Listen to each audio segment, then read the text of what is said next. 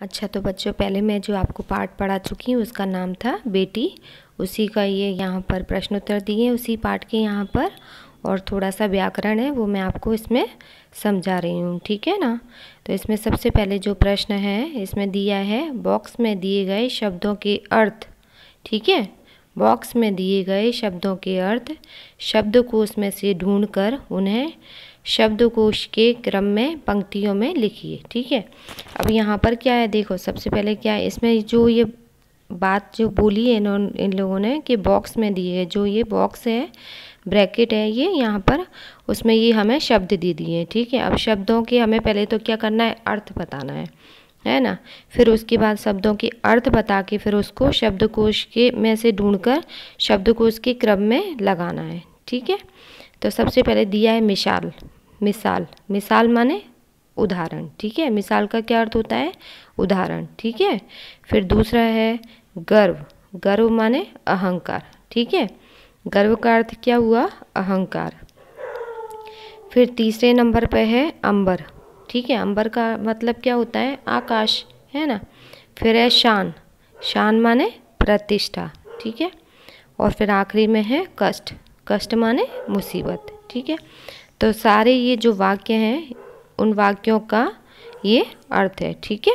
अब ये अर्थ के हिसाब से हमें उनको स्वर और व्यंजन जो होते हैं वैसे ही इसको अरेंज करना है, ठीक है। तो सबसे पहले किसका नंबर आएगा, आगे सबसे पहले क्या आता है, स्वर में अ आता है, ठीक है। तो अ से हमारा क्या हुआ, जैसे मिसाल का मतलब क्या हुआ, उदाहरण, ठीक है। और गर्व का अहंकार, अंबर का आकाश, फिर प्रतिष्ठा और मुसीबत, ऐसे करके ये सबके अर्थ हुए। उसी हिसाब से तो हमें सबसे पहले किसका नंबर आएगा स्वर में, सबसे पहले नंबर पे क्या होता है, अ, ठीक है। तो अ से क्या हुआ, सबसे पहले अहंकार, मिसाल। फिर सबसे पहले गर्व का मतलब क्या होता है, अहंकार। तो सबसे पहले 1 नंबर जो 1 नंबर लिखा है उसमें हमें क्या लिखना है, अहंकार, ठीक है। फिर दूसरे नंबर पर है, उसके बाद अंबर का मतलब क्या हुआ, आकाश। तो अ के बाद किसका नंबर आता है, आकाश का, आ का आता है ना नंबर, तो आ से आकाश। तो दूसरे नंबर पर हम क्या भरेंगे पत्ती में, आकाश, ठीक है।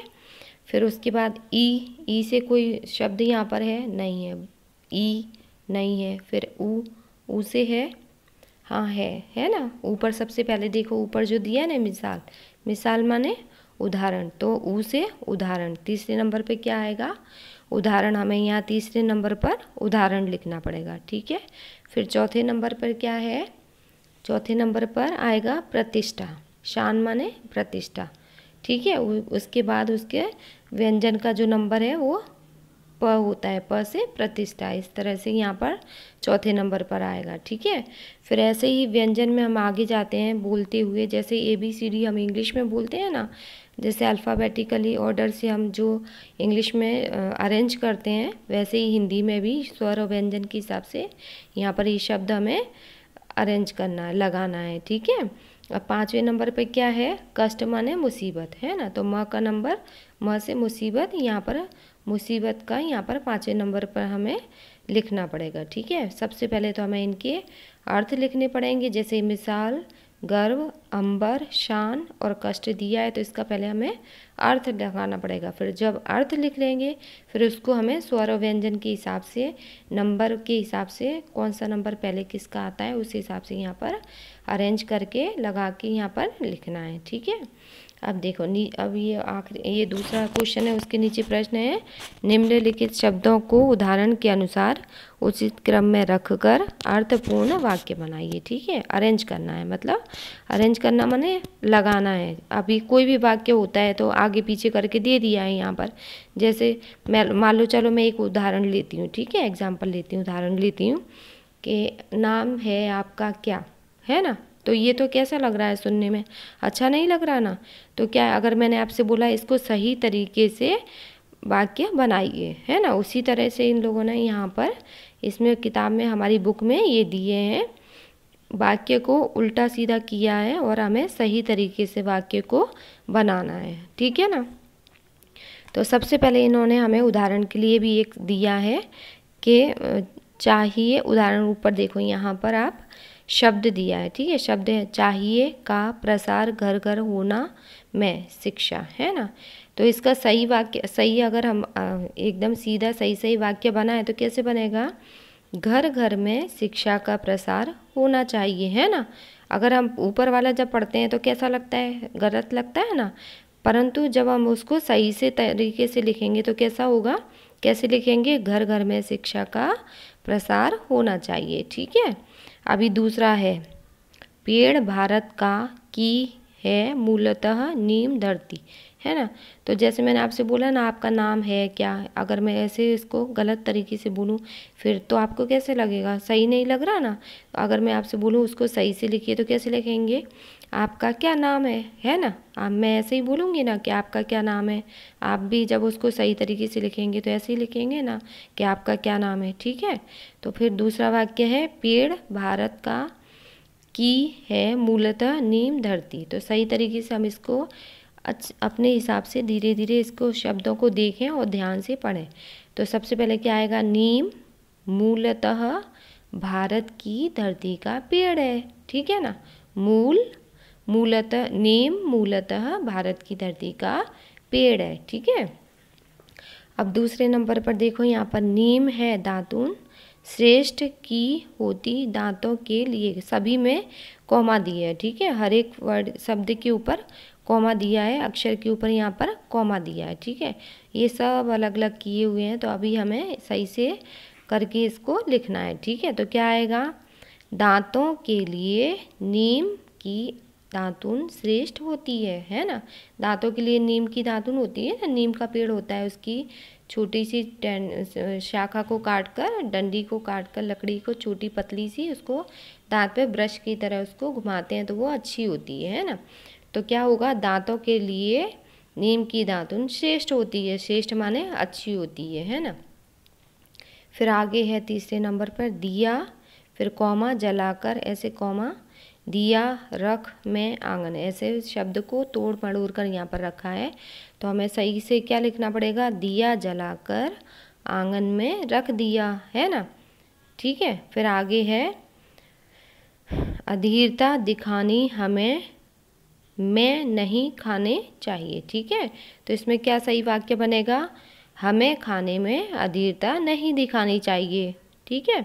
अब आगे है पाँचवें नंबर पर, विनम्रता कौमा चाहिए व्यवहार हमारे में होनी भी, ठीक है। तो अब इसको सही तरीके से कैसे लिखेंगे, हमारे व्यवहार में विनम्रता भी होनी चाहिए ना। अच्छा, हमारे व्यवहार में अगर विनम्रता नहीं होगी तो कोई भी हमारी बात नहीं मानेगा और वो झगड़े का कारण बन सकता है ना। फिर आगे है, निम्नलिखित प्रश्नों के उत्तर लिखिए। तो ये प्रश्न मैं आपको व्हाट्सएप पे डाल दूँगी कि ये जो प्रश्न है, वैसे तो मैंने ये कविता आपको पढ़ाई है, इसके हिसाब से आप खुद ही इन प्रश्नों के उत्तर देने की कोशिश करें, ठीक है। अब आगे है, निम्नलिखित काव्य पंक्तियों का भावार्थ लिखिए। तो ये मैंने जो बेटी चैप्टर पढ़ाया था उसमें आपको ये समझ में आ गया होगा, अगर नहीं आया तो आप दोबारा वीडियो देख सकते हो। फिर भी अगर ऐसा है तो मैं फिर से एक बार समझा देती हूँ कि गगन पे चमके चंदा, मैं धरती पे चमकूंगी, धरती पर चमकूंगी, मैं उजियारा करूंगी, ठीक है। तो इसमें क्या कहा है, बेटी ऐसा कहना चाहती है कि जिस तरह आकाश में कौन चमकता है, चंद्रमा चमकता है, चांद चमकता है ना, उसी तरह मैं धरती पर चमकूंगी, ठीक है। और चारों ओर अपना प्रकाश फैलाऊंगी, चारों ओर अपना यश कमाऊंगी, है ना। मतलब अपने अच्छे अच्छे कामों के द्वारा, क्योंकि बेटी चंद्रमा नहीं है, वो सिर्फ एक उदाहरण है उसके लिए कि मैं चंद्रमा की तरह चमकूंगी और देश में उजियारा करूंगी। अब ये आगे है दूसरी पंक्तियाँ, पढ़ूंगी लिखूंगी मैं मेहनत करूंगी, अपने पाँव चलकर मैं दुनिया को देखूंगी, दुनिया को देखूंगी मैं दुनिया को समझूंगी। मतलब वो क्या कहना चाहती है कि मैं बहुत ज़्यादा अच्छे से पढ़ लिख कर अपने देश का नाम करना चाहती हूँ, मैं वैज्ञानिक बनना चाहती हूँ, मैं उड़ान भरना चाहती हूँ, है ना। और अपने पाँव पे चलकर मैं दुनिया को देखूंगी, मैं दूसरे के बेसहारा नहीं बनना चाहती, मैं दूसरों के ऊपर बोझ नहीं बनना चाहती, ठीक है। दुनिया को देखूंगी मैं दुनिया को समझूंगी, ठीक है। तो वो पढ़ लिख कर मैं दुनिया के व्यवहारों को देखूंगी और समझूंगी, दुनिया को मैं अच्छी तरह से समझना चाहती हूँ। ठीक है, फिर आगे है उदाहरण के अनुसार विलोम शब्द का प्रयोग कीजिए। ठीक है, अब यहाँ पर हमें दो उदाहरण दिए, एक सफल और दूसरा लिखा है असफल। ठीक है, कोई भी वाक्य हम इसमें बना सकते हैं। जैसे यहाँ पर इन्हें बना के हमें दिया है उदाहरण के लिए, तेज सिंह एवरेस्ट पर पहुँचने में सफल हुए। ठीक है, दूसरा उदाहरण दिया है असफल का कि कई बार मेहनत करने पर भी आदमी असफल होता है। ठीक है, मोहन परीक्षा में असफल हो गया, है ना, मैं परीक्षा में सफल रही। इस तरह से हम वाक्यों को बना सकते हैं। ठीक है ना। अब ये आ गया है, आगे है आकाश, फिर उजियारा है, फिर है धरती, है ना। उसी तरह ये सारे वाक्य हैं, उनका हमें पहले तो वाक्य लेना है, फिर उसका विलोम शब्द जो होता है ना, जैसे रात का दिन, सफल का सफल, उसी तरह ही। ठीक है ना। तो आकाश का जैसे आकाश दिया है, ठीक है, यहाँ पर तो आकाश का विलोम शब्द क्या हुआ, धरती, है ना। तो आकाश का क्या हुआ, धरती। तो आकाश का रंग कैसा होता है, नीला। फिर क्या है, बेटी धरती पर उजियारा करेगी। इस तरह से आप कोई भी प्रश्न ले सकते हो। ठीक है ना। जैसे सुरक्षित रूप में धरती, यात्री सुरक्षित रूप से धरती पर उतर आए, है ना, ऐसा भी हम कर सकते हैं। फिर आगे है उजियारा, उजियारा का उल्टा क्या होगा, अंधियारा। विलोम शब्द जो बोलते हैं ना, विलोम, वो शब्द क्या हो गया, उजियारा। ठीक है, इधर का उधर। फिर है भलाई का बुराई होगा, है ना, पाना का क्या होगा, खोना। आज मतलब जैसे अगर मान लो पाने का हम वाक्य बनाएं तो सफलता पाना सबको अच्छा लगता है ना। फिर क्या है, आज मतलब कभी कभी जो अच्छा लगता है उसको खोना भी पड़ता है। जैसे हम कोई चीज़ कभी कभी हमें अच्छी लगती है और कभी कभी वो चीज़ हमारी खो जाती है ना। उसी तरह ये वाक्य बना सकते हैं। फिर आगे है उदाहरण के अनुसार वचन बदलकर वचन परिवर्तन करके वाक्य में प्रयोग कीजिए। तो वाक्य में प्रयोग कैसे करना है, यहाँ पर दिया है घोड़ा, तो घोड़े मतलब सिंगुलर और प्लूरल, है ना। तो एक वचन और बहुवचन, तो घोड़ा दौड़ रहा है तो घोड़े दौड़ रहे हैं, है ना। इस तरह से ये एक वचन को दूसरे अनेक वचन में, बहुवचन में बदलना है। ठीक है, अब ये दिया है मैं। ठीक है, मैं का बहुवचन क्या होगा, हम। तो मैं खाना खाता हूँ, और फिर अगर बहुवचन में बनाना है तो हम खाना खाते हैं, है ना। फिर आगे है बच्चे, और बच्चे माने एक बच्चा, है ना, बच्चे। और बच्चे माने बहुत सारे बच्चे। ठीक है, और बच्चा माने एक बच्चा। ठीक है, चाइल्ड माने बच्चा, और चिल्ड्रन माने बच्चे। ठीक है, तो उसी तरह बच्चे खाना खा रहे हैं, और बच्चा माने चिल्ड्रन, चाइल्ड। ठीक है, चाइल्ड क्या है, खाना खा रहा है, तो चाइल्ड माने बच्चा खाना खा रहा है, और चिल्ड्रन माने बच्चे खाना खा रहे हैं। ठीक है, अब है खिलौना माने एक खिलौना, और खिलौने माने बहुत सारे खिलौने। तो मोहन को खिलौना बहुत अच्छा लगता है। ठीक है, और मोहन के पास बहुत सारे खिलौने हैं। ठीक है, ऐसे करके। खेत, और खेत का क्या होगा, खेत का जो बहुवचन होता है वो बदलता नहीं है। ठीक है, तो खेत का बहुवचन वही रहेगा, खेत का बहुवचन बदलता नहीं है। ये जो वचन दिया है इसमें खेत का खेत ही रहेगा, खेत का खेतों नहीं होता कभी भी। ठीक है, फिर आगे है निम्नलिखित शब्दों को पढ़िए। ये शब्द यहाँ पर हमें पढ़ने के लिए दिए हैं। केशा साहसी बालिका थी, बगीचे में सुंदर फूल खिल रहे हैं। मतलब यहाँ पर ये विशेषण दिया हुआ है इसका वाक्य का। भारत ने श्रीलंका को 3 विकेट से हराया। बाल्टी में थोड़ा सा पानी है, ये इसकी विशेषता बता रहा है, ये इसका विशेषण है। ठीक है, वह आदमी जा रहा है, कौन सा आदमी जा रहा है, वह। अब ये नीचे दिया गया है उपर्युक्त वाक्यों में रेखांकित शब्द साहसी, सुंदर, 3, थोड़ा सा और वह संज्ञा की विशेषता बताते हैं। ठीक है, ये क्या बता रहे हैं, विशेषता बता रहे हैं। अब आगे क्या दिया है यहाँ पर, जो शब्द संज्ञा की विशेषता बताता है उसे क्या कहते हैं, विशेषण। ठीक है, एडजेक्टिव। जो संज्ञा नाउन की जो विशेषता बताता है ना उसको क्या बोलते हैं, विशेषण। ठीक है, नाउन माने संज्ञा। ठीक है, हमारे देश में ईमानदार लोग ज़्यादा हैं। ठीक है, ये क्या इसकी विशेषता बता रहे हैं, लोग कैसे हैं, ईमानदार। मुंबई जाने के लिए लंबा रास्ता तय करना पड़ता है, रास्ता कैसा है, लंबा, तो वो रास्ते की विशेषता बता रहा है। ठीक है, कुएं का रंग कैसा है, काला। ठीक है, खरगोश का शरीर मुलायम होता है, तो मुलायम इसकी विशेषता है। ठीक है, विशेषण है। शरीर के साथ मन स्वस्थ रखना जरूरी है। भारतीय संस्कृति विश्व में प्रसिद्ध है। ठीक है, संस्कृति कौन सी? भारतीय। ठीक है। पानी गंधहीन होता है, मतलब उसमें कोई खुशबू या बदबू नहीं होती है ना, गंधहीन होता है, इसमें कोई तरह की बास नहीं आती। पूर्व दिशा में सूर्योदय होता है। ठीक है, इसी तरह ये इसकी विशेषता बता रहे हैं। अब यहाँ पर दिया है जिस शब्द में से संज्ञा के गुण दोष जिस शब्द से संज्ञा के गुण दोष, आकार, रंग रूप, स्पर्श, ठीक है, दशा, अवस्था, स्थान, देश, काल, स्वाद, गंध, ठीक है, और गंध माने सुगंध है ना, स्मेल, और दिशा का बोध होता है, दिशा माने डायरेक्शन का बोध होता है, उसे क्या कहते हैं? गुणवाचक विशेषण कहते हैं। ओके, ठीक है। तो क्या है, अब यहाँ पर सबसे पहले 1 नंबर पर दिया है जो वाक्य, वरदराज चतुर बालक था। ठीक है, अब इसका क्या होगा? बालक कैसा था? वो लड़का कैसा था? चतुर। चतुर माने होशियार, क्लेवर, है ना। तो इसमें क्या आएगा? इसकी गुणवाचक विशेषण कौन सा हुआ? इसमें कौन सा गुण हुआ? चतुर होने का, है ना। तो ये गुणवाचक विशेषण कहलाता है। इसमें जो विशेषण दिए वो गुणवाचक है। जैसे गुणवाचक के अंदर क्या क्या आता है? दशा, अवस्था, स्थान, देश, काल, स्वाद, गंध और दिशा का बोध होता है, तो उसे कौन सा वाचक कहते हैं? गुणवाचक विशेषण कहते हैं। वो गुणवाचक विशेषण होता है। ठीक है।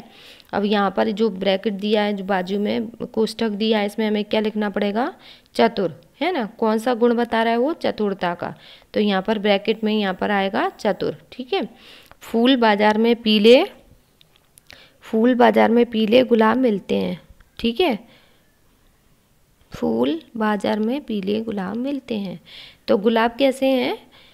पीले। ठीक है।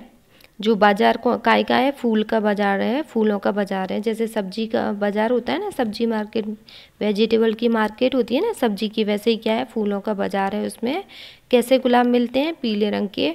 ठीक है, पीले रंग के गुलाब मिलते हैं। तो यहाँ पर क्या आएगा? पीला। दूसरे नंबर के ब्रैकेट में क्या लिखना पड़ेगा? पीला, पीले। ठीक है। फिर मिर्च का स्वाद तीखा होता है। मिर्च का स्वाद कैसा होता है? तीखा, है ना। शहरों में पंजाबी खाना मिलता है। शहरों में कैसा खाना मिलता है? पंजाबी। ठीक है। सफ़ेद कपड़ों में, यहाँ पर क्या लिखना पड़ेगा? पंजाबी। सफ़ेद कपड़ों में दाग तुरंत दिखाई देता है ना। तो सफ़ेद कपड़ों में दाग क्या दिखाई देता है? तुरंत दिखाई देता है। तो यहाँ पर क्या आएगा? सफ़ेद। ठीक है, कौन से कपड़ों में दिखाई देता है? सफ़ेद। तो ये इसकी गुणवाचक विशेषण है। तो ये यहाँ पर हमें लिखना पड़ेगा। ठीक है ना। अभी ये सारा जो चैप्टर है ना, पार्ट है ना ये, और इसके प्रश्न उत्तर मैं आपको व्हाट्सएप पर डाल दूँगी, तो आप लिख लीजिएगा। ओके।